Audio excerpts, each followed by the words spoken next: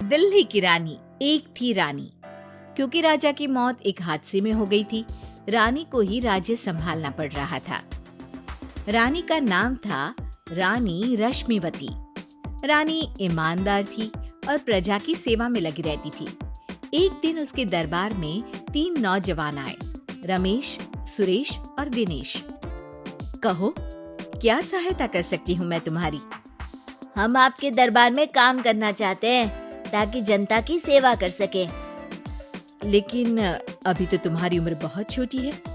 तुम लोगों को तो अभी अपनी पढ़ाई पर ध्यान देना चाहिए। हमारा मन पढ़ाई में नहीं लगता। माता पिता को लगता है कि हम किसी के लायक नहीं हैं और हम साबित करना चाहते हैं कि हम लायक हैं। उत्साह बहुत अच्छा है, मगर अभी उम्र कच्ची है तुम लोगों की। अरे उम्र से क्या होता है रानी जी?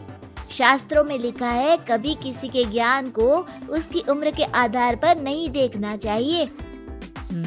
बात तो सही है तुम्हारी। और अगर सच में तुम अगर ये संकल्प करके आए हो कि तुमको यहाँ काम करना है, तो पहले परीक्षा देनी पड़ेगी। 3 परीक्षा, एक शारीरिक परीक्षा, एक बुद्धि की परीक्षा और एक देशभक्ति की परीक्षा। और ये क्या है? वो मंत्री महोदय तुम्हें समझा देंगे। हमारे पास समय नहीं है। अगर तुम लोग तैयार हो तो बताओ। हाँ, हम तैयार है किसी भी परीक्षा के लिए। मैं भी तैयार हूँ कुछ भी कर गुजरने के लिए। तो ठीक है मंत्री जी, आप इन तीनों की परीक्षा कल से ही शुरू कर दीजिए। जो आज्ञा रानी साहिबा। अगले दिन से ही तीनों की परीक्षा शुरू हो जाती है। पहले शारीरिक परीक्षा, यानी किस में कितना है दम, ये देखेंगे हम।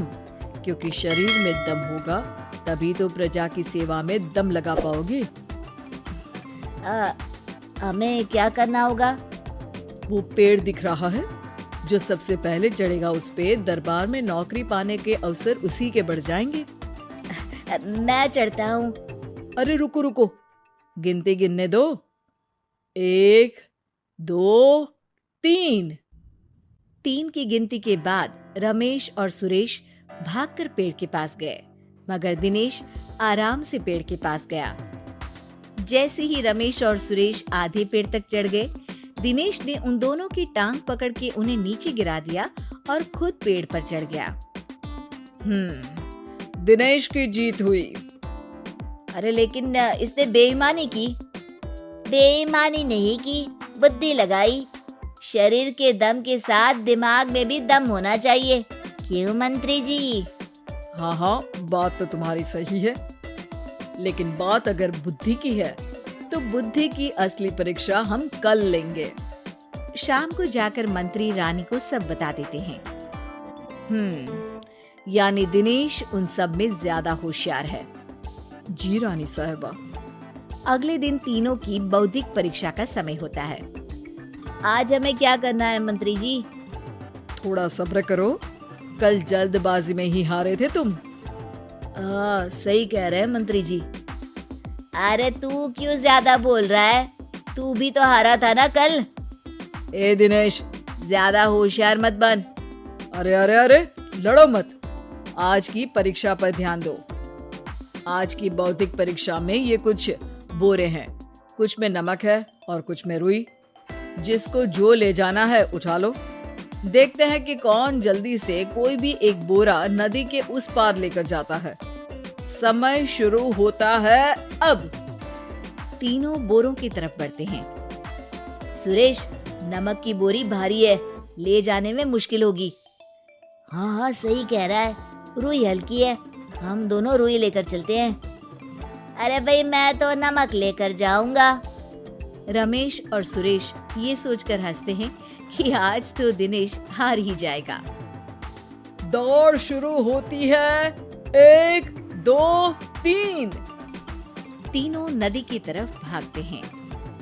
रुई में वजन कम होने के कारण रमेश और सुरेश आगे निकल जाते हैं और दिनेश थोड़ा पीछे।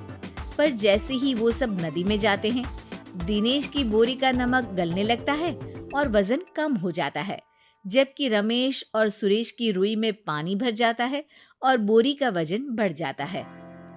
अरे ये इतनी भारी क्यों हो गई रमेश? अरे मुझे क्या पता, शायद जादुई बोरी है।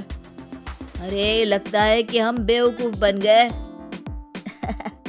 बने नहीं हो, तुम हो ही बेवकूफ। इतना तो पता होना चाहिए कि पानी में नमक गल जाएगा। दिनेश का पूरा नमक गल जाता है और बोरी खाली हो जाती है। वो जल्दी से रेस पूरी कर लेता है। इस परीक्षा के विजेता भी दिनेश ही हैं। उसने दिमाग लगाकर दिखा दिया कि वो बौद्धिक परीक्षा में भी रमेश और सुरेश से आगे है। अब कल तुम्हारी देशभक्ति की परीक्षा होगी, जो स्वयं रानी माँ लेंगी। रात को फिर मंत्री रानी के पास जाकर बता देते हैं कि आज की परीक्षा में कैसे दिनेश ने अक्लमंदी दिखाई और बौद्धिक परीक्षा में भी उसी की जीत हुई। अरे वाह, दिनेश तो हमारे बहुत काम आ सकता है। हम उत्साहित हैं कल की परीक्षा के लिए। वो तो ठीक है रानी साहिबा, लेकिन हमने सुना है कि पड़ोसी राज्य का राजा आकाशदीप हमारे राज्य की सीमा में घुसपैठ कर रहा है। ये तो चिंता की बात है, हमें जल्द ही कुछ करना चाहिए। अगले दिन रमेश, सुरेश और दिनेश अपनी आखिरी देशभक्ति की परीक्षा के लिए दरबार में आते हैं। प्रणाम रानी साहिबा। नमस्कार रानी जी। प्रणाम रानी माँ। हमने तुम्हारी परीक्षा पर गौर किया। दिनेश आगे हैं। हम तुम तीनों में से किसी दो को ही दरबार में काम दे सकते हैं। किसी एक को आज जाना होगा। तो देशभक्ति की परीक्षा के लिए तैयार हो? पूरी तरह से। मैं तीनों से एक ही सवाल करूंगी। जिसका जवाब सबसे सही लगेगा उसे तो नौकरी मिल ही जाएगी। फिर दूसरे सबसे सही जवाब देने वाले को भी काम मिलेगा। आप लोगों का समय शुरू होता है अब। ज्यादा सोचने का समय नहीं होगा। जो मन में पहली बात आए उसका जवाब दे। तो सवाल ये है कि तुम इस मिट्टी के लिए क्या कर सकते हो? मैं इस मिट्टी को साफ रखूंगा। यहाँ के लोगों के भोजन की कमी को मैं पूरी करूंगा। मैं यहाँ के लोगों को गले लगा लगा के उनको खुशी दूंगा रानी माँ, और गरीबों के लिए घर बनवाऊंगा। मैं इस मिट्टी के लिए किसी की जान भी ले सकता हूँ रानी माँ।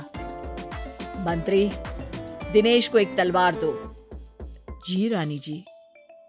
दिनेश, पड़ोसी राज आकाशदीप की जान तुम्हारे हाथ में है। जाओ, अपना काम पूरा करो। आज रात को तुम उस पर हमला करोगे जब वो सो रहा होगा। दिनेश वहां से चला जाता है। रानी माँ, ये आपने क्या किया? अभी किया नहीं है मंत्री जी। आप आकाशदीप को संदेशा भिजवाओ कि पड़ोसी देश का एक कातिल रात को उन पे हमला करेगा और दिनेश को पकड़वा दो। अरे ये आप क्या कह रही हैं?